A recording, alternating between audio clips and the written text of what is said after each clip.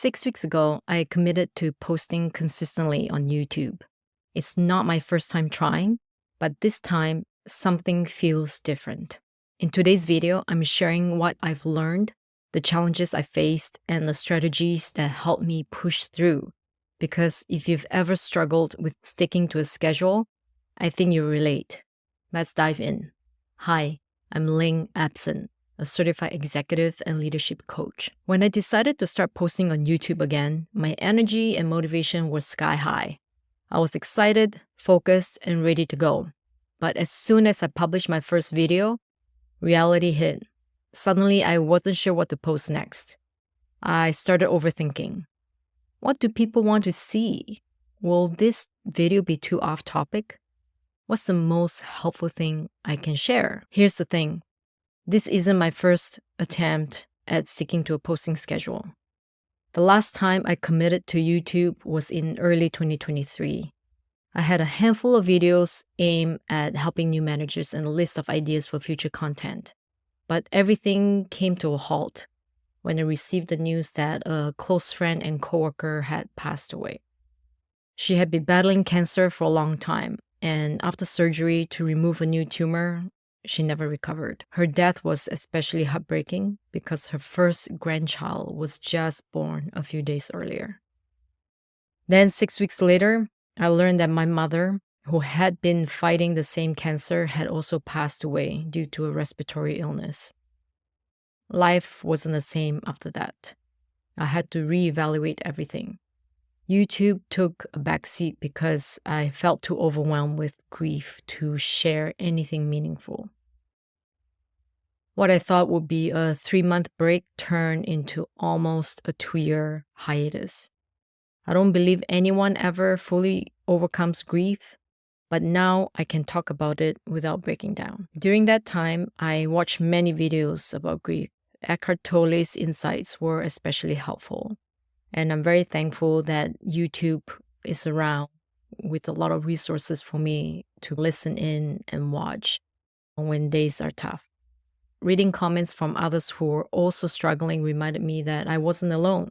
Many people were finding their spark and purpose again despite their losses, and that gave me hope and strength to keep going. One thing I learned along the way was how my own emotional vulnerability affected my teenagers. When they used to see me cry, they would get scared and upset. Instead of hiding my feelings behind a brave, happy front, I started explaining to them that sometimes I cry, whether from joy or because I miss my mother, and that it's just my way of processing emotions. Over time, they learned to hold space for me when a commercial or a movie reminded me of my mother, and they in turn are more comfortable showing me their emotions and welcome me to hold space for them after a tough day at school. If you've lost someone, how did you process your own grief? Leave your comments below. I would love to hear from you. This whole experience has given me a fresh perspective on why I post. Before, it was all about views, leads, subscriber counts. Now it's about helping just one person who might need what I have to share. The views and subscribers are bonuses, signals of what people find valuable. With this newfound focus, I've learned to handle the self-doubt that inevitably creeps in. I stopped obsessing over finding the perfect niche and trusted that it will reveal itself over time through what resonated with my audience and what felt true to me. A helpful metaphor that kept me grounded is thinking of myself as a gardener. Every video I publish is like planting a seed. I cannot control who watches it, how the algorithm will react, or whether people like it. But I can control how often I plant seeds and create the best environment it has to thrive. With each video, I'm learning, like finding the best soil, the right amount of light, or how much water the seed needs. It's a process of refining and improving, and it gets easier with time. The second video was already easier because I followed Ali Abdaal's Hive method, which helped me focus my content and avoid overwhelming my audience. Because I find it hardest to know how much is too much, how little is too little content to share. I'll link his video in the description because it's a game changer. I'm still learning the best way to title my videos, the thumbnails that resonates most with my audience. I don't think this learning ever stops. What I've learned too is that without a good title and a good thumbnail, it doesn't matter how good my video is. Nobody will watch it. Also, I make sure to remind myself to be upfront with all my best material and talking points and not to leave the best for last, as most viewers don't watch the end of the video.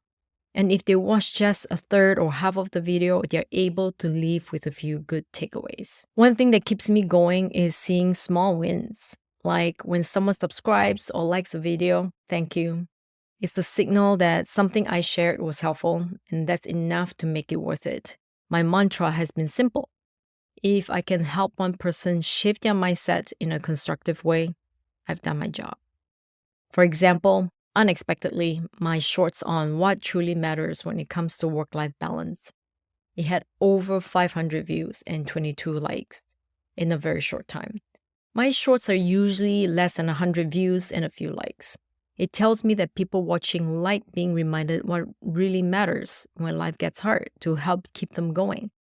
What also helped was using tools like AI, specifically ChatGPT. The free version alone saved me hours of brainstorming content ideas and finding studies to back up my points.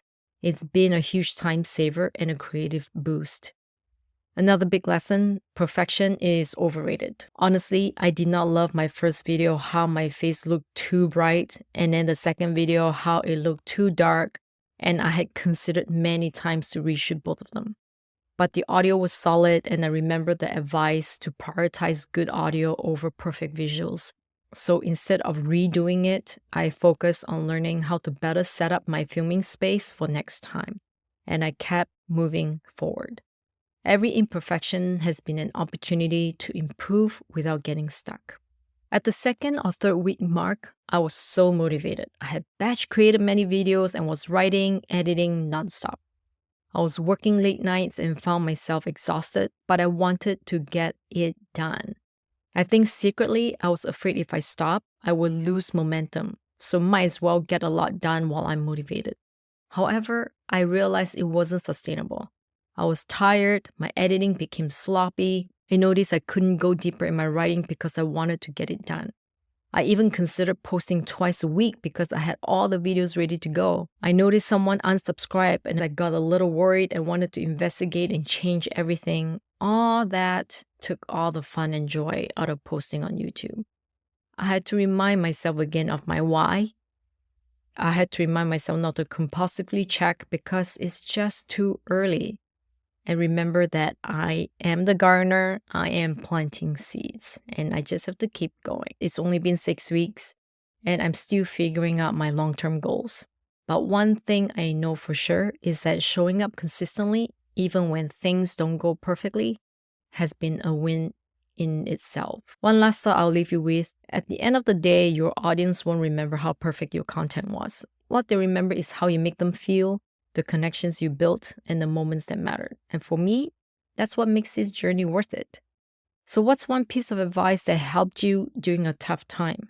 Share it in the comments below as it might help someone else watching this.